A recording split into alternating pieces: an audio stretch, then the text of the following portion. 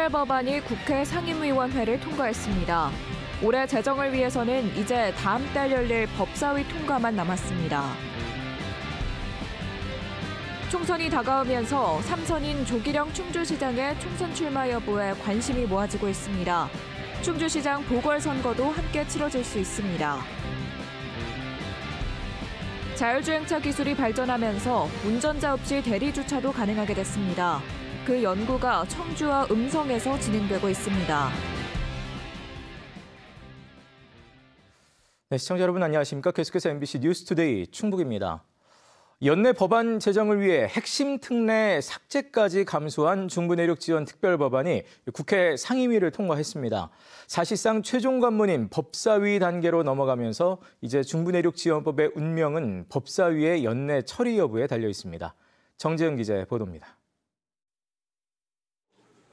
연내 처리라는 목표를 한 달여 앞두고 첫 발을 뗀 중부내륙 지원 특별법. 정부 부처가 반대하던 핵심 특례들을 대거 뺀 수정안인 만큼 전체 회의에서도 이견 없이 통과됐습니다. 특별 법안은 소위원회 심사보고한 수정안대로 의결하고자 하는데 이의 없으십니까? 가결되었음을 선포합니다. 다음 단계는 사실상 최종 관문인 법제사법위원회. 소관 상임위를 통과하고도 묶여있는 법률안이 330여 건에 달해 법안의 무덤으로 불리는 곳입니다. 순서대로 처리한다면 중부내륙 특별법이 올해 안에 통과되긴 어렵습니다. 김영환 지사가 법안이 행안위 문턱을 넘자마자 여야 법사위 위원들을 찾아간 이유입니다.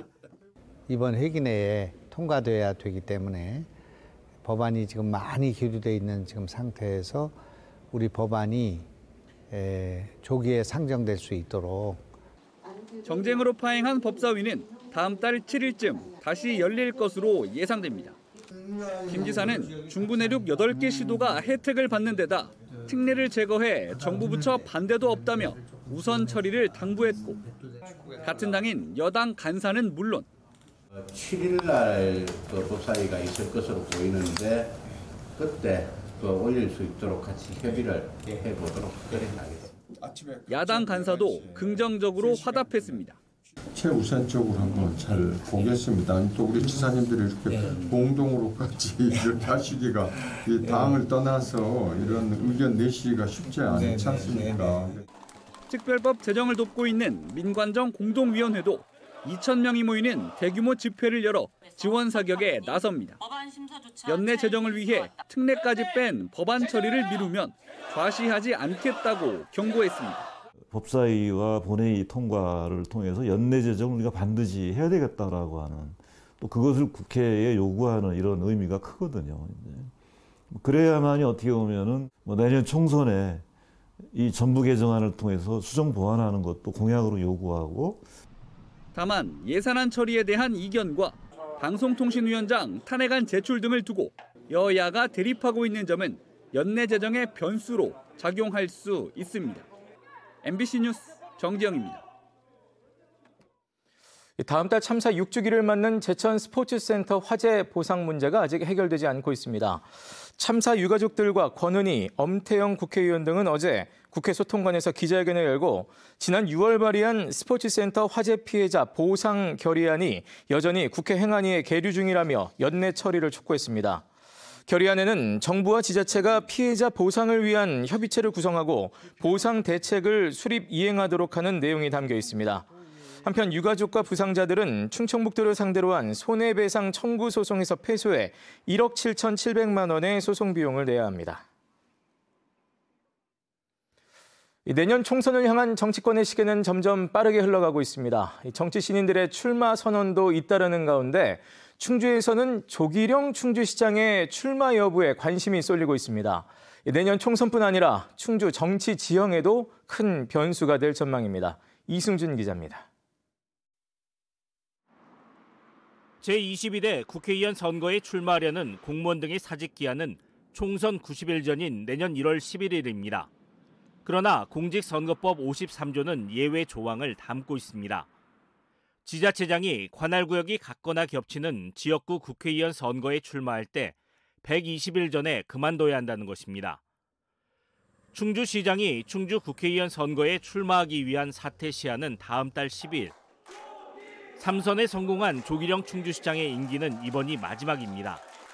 과연 중도 사퇴하고 나올지는 미지수입니다. 그러나 사퇴 시한이 다가오면서 지역의 관심이 커지고 있습니다. 조기령 시장이 총선에 나서게 되면 내년 4월 10일에 충주시장 보궐선거도 함께 열리기 때문입니다. 현역 국회의원은 물론 총선에 출마하려는 정치인과 시장을 노리는 사람들까지 지역 정치권이 복잡할 수밖에 없습니다. 가장 큰 변수는 현직 단체장의 중도 사퇴에 따른 감점 비율입니다. 지난해 지방선거 당시 국민의힘은 단체장 출마를 위해 중도 사퇴한 국회의원에게 5% 감점을 적용했습니다. 이번 총선도 중도 사퇴 감점은 있겠지만 얼마나 적용할진 알 수 없습니다. 현재까지 선거 제도와 선거구, 공천 룰 등 어느 것도 명확히 정해진 게 없습니다. 10년간 지역을 닦아온 충주시장의 출마 여부는 그 자체만으로도 총선에 큰 변수가 될 전망입니다. 당사자는 말을 아끼고 있습니다. 이제 결론은 채 20일도 남지 않았습니다. MBC 뉴스 이승준입니다. 지난 14일 충주의 한 가정집에서 첫 빈대가 확인된 이후 청주와 진천에서도 빈대가 추가로 발견됐습니다. 추가 발생 지역은 청주시 가정집 2곳과 진천군 숙박시설 1곳 등 모두 3곳입니다. 충청북도는 빈대가 의심되면 진공청소기 등으로 가구 틈이나 벽 틈, 매트리스 등에서 빈대 알을 제거하고 스팀 청소기나 헤어드라이어로 고온에 열 처리를 해야 한다고 당부했습니다. 충청북도는 빈대 합동 대책본부를 가동하고 다음 달 8일까지 취약시설 10,000곳을 대상으로 빈대 집중 점검을 벌입니다. 최근 자율주행차 기술이 발전하면서 지정된 위치에 주차하는 것까지 가능하게 됐습니다. 건물 주소처럼 주차면마다 사물 주소를 부여해 차량이 스스로 주차를 하도록 하는 기술이 음성문에서 첫 선을 보였습니다. 보도에 김은초 기자입니다. 차에서 내린 운전자가 휴대전화 앱에서 발렛 파킹을 누르고 주차 위치를 지정합니다. 운전대가 알아서 돌아가더니 차량이 자유자재로 이동합니다. 지정된 구역에 다다르자 선을 정확히 맞춰 멈춰선 차량. 기어 변속까지 주차를 완벽히 끝냅니다. 운전자 없이도 대리 주차까지 가능한 자율주행 기술입니다. 집원이 있는 건물처럼 주차장 공간마다 부여된 사물 주소를 찾아 정해진 위치까지 자동으로 이동하는 겁니다. 기존과 달리 차량이 실내와 실외를 알아서 구분하며 공간 정보를 인식할 수 있게 됐습니다. 외부에 있을 때는 이제 GPS와 융합 기술, 그다음에 내부에서는 이제 GPS와 센서 융합으로 추기를 하게 되는데 환경에 따라서 잘 취사 선택해서 추기를 정확하게 할 수 있도록 하는 것들이 좀 기술적으로 발전된. 이처럼 사물 주소를 기반으로 한 자율주행 주차 시범구역은 충북 혁신도시입니다. 인구 밀도가 낮고 대중교통이 부족해 자율주행에 방해 요소가 적기 때문입니다. 이에 따라 사물주소 인프라가 구축되면서 음성은 다가올 자율주행차 시대에 한 발 앞서가게 됐지만 아직 남은 과제도 많습니다. 사물주소에 대한 번호 체계라든지 그다음에 주차면에 대한 주소번호를 어떻게 부여할 건지 그 부분이 먼저 우선 정립이 돼야지 거기에 맞춰서 시스템에 대한 데이터들도 어떻게 구축할 건지. 정부는 청주와 전남 무안 지역에서도 사물주소를 바탕으로 한 자율주행 기술을 연구 중인 가운데 오는 2027년쯤 민간의 관련 기술을 개방할 계획이라고 밝혔습니다. MBC 뉴스 김우초입니다. 아파트 앞 도로에서 하교 중이던 초등학생을 치어 숨지게 한 40대 트럭 운전자에게 금고형의 집행유예가 선고됐습니다. 청주지법 형사 4단독 조수연 부장판사는 지난해 10월 청주시 복대동에서 후진하다 초등학생을 치어 숨지게 한 40대 트럭 운전자에게 금고 2년에 집행유예 3년을 선고했습니다. 법원은 후방주의 의무를 다하지 못해 참혹한 결과가 발생했다면서도 유족들이 사죄를 받아들인 점 등을 참작했다고 밝혔습니다. 우리 지역에서도 근래 영화나 드라마를 촬영하는 일이 많아졌습니다. 스크린에 비친 청주의 모습은 어떨까요? 오늘 문화있다에서는 렌즈 너머 청주를 만나는 시간, 청주 영화주간을 이병선 기자가 다녀왔습니다. 피 한 방울 섞이지 않은 저 인간이 뭐라고요? 우리 아빠. 새아버지가 무연고자로 숨졌다는 소식을 듣고 시신을 찾으러 간 경구. 가족의 의미를 되짚어보는 이 작품은 뉴욕 독립영화제와 충무로 단편 독립영화제에서 수상한 단편 영화입니다. 금수저 출신 규철이와 반장 선거에서 맞붙은 아인이 반 아이들에게 햄버거를 돌리기 위해 버거송 챌린지에 나섭니다. 제가 반장이 되면 우리 반을 전교에서 가장 반짝이는 반으로 만들겠습니다. 햄버거는 언제 쏘시나? 청주대 영화학과 출신 김민아 감독이 만든 코미디 드라마로 부천 판타스틱 영화제와 전주 국제 단편 영화제 등에서 상을 받았습니다. 두 작품의 공통점은 청주 영상위원회의 지원을 받아 탄생했다는 것. 렌즈 너머 청주를 만나는 시간, 2023 청주 영상주간은 이런 영상 콘텐츠들을 관객과 만나게 해주는 장입니다. 영상위가 로케이션을 지원한 최신작 서울의 봄을 시작으로 장 단편 15편이 매일 상영되고 있습니다. 청주를 무대로 영화처럼 사는 영화, 영상 창작자들의 잔치이면서 관객과 직접 소통할 수 있는 기회도 되고 있습니다. 많은 영화인들이 영화를 본업으로 하고 싶지만 그렇게 못하고 있는 현실인데 그러한 그들의 이제 꿈을 실현시켜주는 곳이라고 생각하고 있습니다. 청주 영상위가 제작비나 로케이션을 지원한 작품은 2017년부터 올해까지 300여 편, 지원액도 30억이 넘습니다. 청주에 머물며 쓰는 숙식, 용역비 등의 절반까지 최대 7천만 원을 지원하는 점을 감안하면 연간 수천 명의 스태프들이 창출하는 그 이상의 지역경제 유발 효과도 만만치 않습니다. 도시 전체를 체계적으로 홍보하고 또 마케팅하는데 영상 콘텐츠만한 게 없잖아요. 그래서 저희가 매년 드라마나 영화 그리고 다큐멘터리 같은 우리 지역을 소재로 하고 또 지역의 어떤 그 문화적 가치를 알릴 수 있는 그 콘텐츠 중심으로 저희가 영상 콘텐츠 지원 사업을 하고 있고요. 특히 올해 영상주간에는 지금은 사라진 청주의 옛 극장들을 소환하는 앵좌에서 주네스까지 청주 극장사 기획 전시가 중장년층의 향수를 불러일으키고 있습니다. 이번 주말과 휴일 청주 문화산업단지에 가면 영화도 보고 영화 창작자들과 대화도 나누며 청주 영상주간의 하이라이트를 만끽할 수 있습니다. MBC 뉴스 이병선입니다. 청주국제공항과 필리핀 관광휴양지 클락을 잇는 전기항공편이 어젯밤 신규 취항했습니다.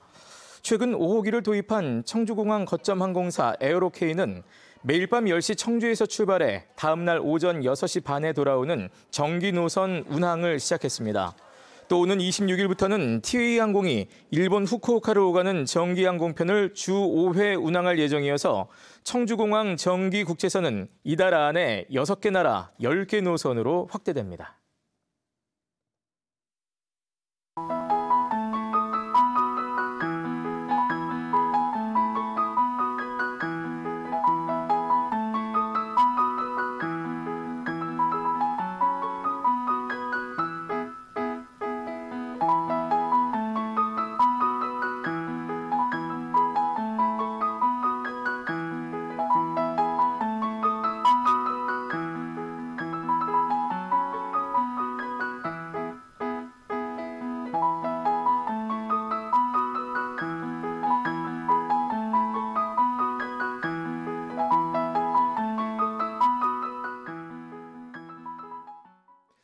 어젯밤 10시쯤 제천시 영천동의 한 주택에서 불이 나 이 집에 살던 50대가 숨졌습니다. 신고를 받고 20여 분 만에 화재를 진압한 제천 소방서는 전소된 주택 내부를 수색하다 1시간 10여 분 만에 숨진 50대 주인을 발견했다고 밝혔습니다. 경찰과 소방당국은 화재 원인을 조사하는 한편 정확한 사인을 가리기 위해 국과수에 부검을 의뢰할 계획입니다. 이상기후로 충북도 내 가을 모기 개체수가 1년 전보다 2배 이상 증가한 것으로 나타났습니다. 충북보건환경연구원이 지난 9월부터 2달 동안 오송읍 공북리에서 채집한 모기는 모두 8,609마리로 1년 전 같은 기간 3,805마리보다 125%가 늘었습니다. 이는 올여름 잦은 비와 따뜻한 가을 날씨 때문에 모기 활동 기간이 길어졌기 때문으로 분석됩니다. 보건환경연구원은 기후변화로 모기 활동 기간이 길어지고 있다며 한겨울에도 모기 출현이 예상되는 건물 지하실이나 보일러실 등에 대해 자체 점검과 소독을 당부했습니다. 청주에서 처음으로 59층 초고층 아파트의 건립이 추진됩니다. 청주시는 지난달 말 열린 건축, 경관, 교통 공동위원회에서 사직 4구역 도시환경 정비사업 계획을 조건부 의결했습니다. 사업 시행업체는 1950세대 규모의 59층 아파트와 276가구 규모의 48층짜리 오피스텔을 계획하고 있습니다. 앞서 공동위원회는 지난 8월 모든 건물을 59층으로 짓겠다는 사업 계획을 무심천변과 도로변은 54층으로 조정하라며 재검토 결정을 내렸습니다. 충북의 아파트 매매가 상승폭이 대폭 둔화됐습니다. 한국부동산원이 발표한 11월 셋째 주 충북의 아파트 매매가 주간 변동률은 0.6%로 이달 첫 주보다는 상승폭이 절반 이하로 줄었습니다. 그럼에도 충북의 주간 상승폭은 전국 모든 시도 가운데 가장 높았습니다. 시군구별로는 청주 상당구가 0.14%, 제천시와 음성군이 각각 0.13% 등의 순이며 충주와 청주 흥덕구는 마이너스를 나타냈습니다.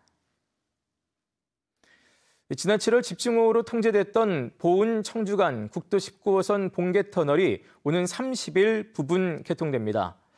보은 국토관리사무소와 충북도로관리사업소는 복구공사 진행 상황 등을 고려해 오는 30일 오후 3시부터 봉계터널 상행선만 부분 개통하기로 합의했습니다. 이에 따라 상행선 2개 차로는 하행선이 개통될 때까지 1개 차로씩 양방향으로 나눠 통행이 이뤄집니다. 네, 뉴스를 마칩니다. 고맙습니다.